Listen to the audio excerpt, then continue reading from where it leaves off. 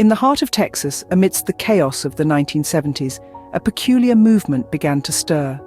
Reverend Ivan Stang, or as some may know him, Douglas St. Clair Smith, and Dr. Philo Drummond, otherwise known as Steve Wilcox, found themselves thrust into the limelight of this unique uprising. Born into the everyday normality of suburban America, they were no strangers to the world of nuclear fears, political unrest, and whispers of conspiracy that marked their era. Childhood memories of eerie duck-and-cover drills and the shocking assassination of President Kennedy fueled their creativity and cynicism. As the decade of the 1970s unfolded, these sentiments amplified against the backdrop of a burgeoning consumer culture, a dwindling American dream, and the haunting spectre of the Vietnam War. And from this turbulence, from this chaos, something extraordinary was born. In this turbulent atmosphere, the Church of the SubGenius was born. Initially, it was a haven for misfits, a sanctuary for those who felt like outsiders. As the Church of the SubGenius grew, it became a beacon of individuality and rebellion in a world that was increasingly homogeneous. It thrived on the fringes of society, attracting those who felt unheard and overlooked by the mainstream.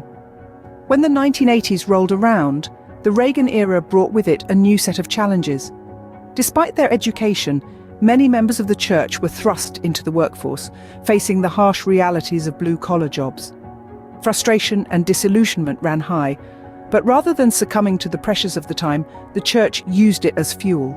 It became an outlet for this pent-up frustration, a place where people could express their anger and dissatisfaction without fear of judgment. It was a place where the unheard could raise their voices and declare, "I'm as mad as hell, and I'm not going to take this anymore." This sentiment, echoed by many, found a voice in the Church of the SubGenius. And so, in the unlikeliest of places, amidst the fervour of an era defined by disillusionment, the Church of the SubGenius emerged. This unique entity was more than just a church. It was a beacon of individuality, satire, and rebellion. It was a rallying cry for those who dared to question, to challenge, to defy the status quo.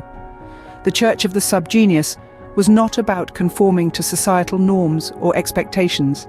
It was about embracing the chaos of life, reveling in the absurd, and finding humour in the mundane. It was a place where the weird, the wild, and the whimsical were not just welcome, but celebrated. In a world where silence was often the expected response, the Church of the SubGenius found its voice. It shouted from the rooftops, it echoed in the alleys, it resonated with those who felt unheard, unseen, unappreciated.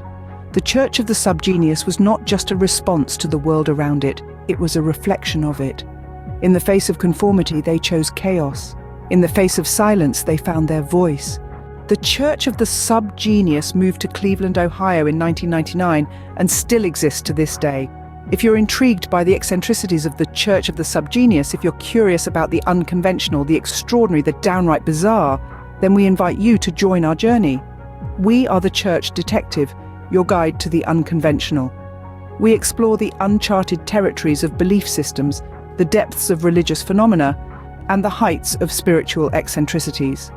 We're asking you to not just watch and listen, but to participate. Engage with us, share your thoughts, your questions, your insights. This is not just our journey, it's yours too. So, if you've enjoyed this exploration of the Church of the SubGenius, we invite you to like this video, share it with your fellow eccentrics, and subscribe to our channel, The Church Detective. Together, let's continue to question, to challenge, to explore. Remember, in the face of conformity, choose chaos. In the face of silence, find your voice. And most importantly, stay curious.